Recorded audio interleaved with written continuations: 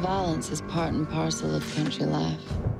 I learned how to stitch up a bleeding wound, load and fire a shotgun. My hands did these things, but I was never easy in my mind. Way down in the water. This is a very confronting film and very tough to watch, really, isn't Yes. it? Yeah. Were you drawn to it because it was such a tough film?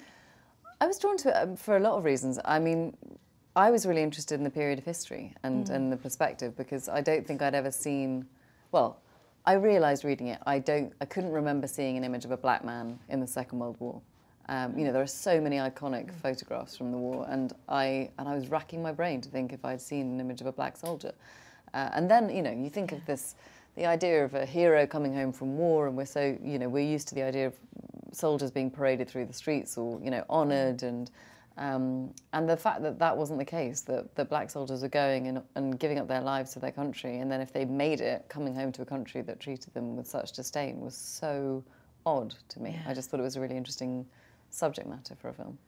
And when his eyes were on me, I felt like I was no longer invisible. I seen you sniffing after him. Maybe Henry is too thick to notice, but I ain't. It's interesting, her journey through this, because I think in the beginning she feels she's escaping her life to be with this man, and then finds it a much tougher life in many ways, but has to pursue and go through it, doesn't she?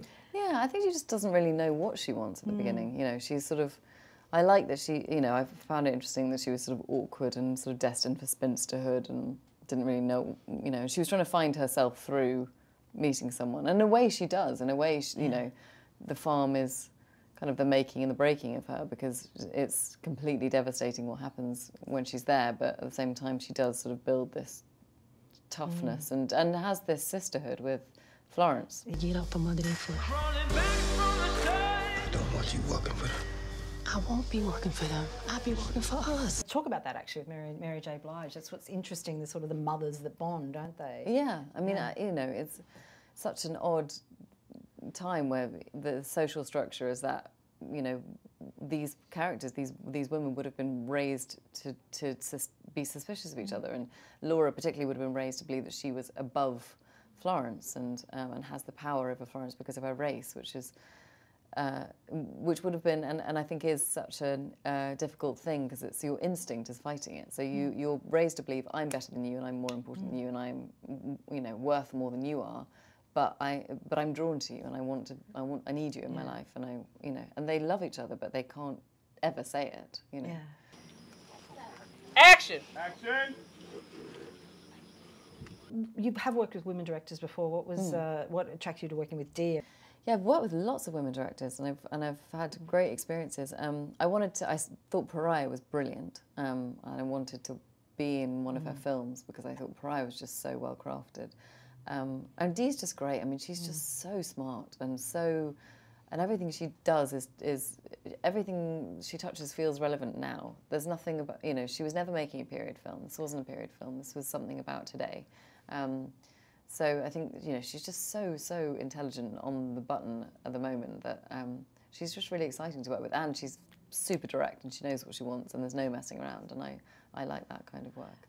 I was reading somewhere that there was some kind of rehearsal period where you just had to stare at each other. Yeah. Yeah, that sounds... So Dee has these sort of sessions where you come into her office and she just has you sitting the way that we are now, except it would be me and Mary, and we would just have to look at each other for a full minute and not say anything and just hold eye contact, which sounds so simple, but it's actually a sort of really disarming experience. And then she would have us sort of repeat phrases to each other. So between Mary and myself, it was about power. So it would be, you know, Laura has the power because she's white and she has money, or relatively she has more money. And Florence has the power because she's this incredibly strong woman, and she also has medical knowledge. She can, you know, she saves the babies when they have whooping cough. So, you know, it was a power dynamic thing. Yeah. So we would just repeat to each other, you have the power, no, you have the power, and back and forth. And so, I mean, people are talking about this as being relevant to today. Did that feel like that when you were making it as well, or more that now the reaction has, after people have seen it? No, it did. I mean, it did. You know, it was, you know, the Black Lives Matters movement was going on, and Oscars So White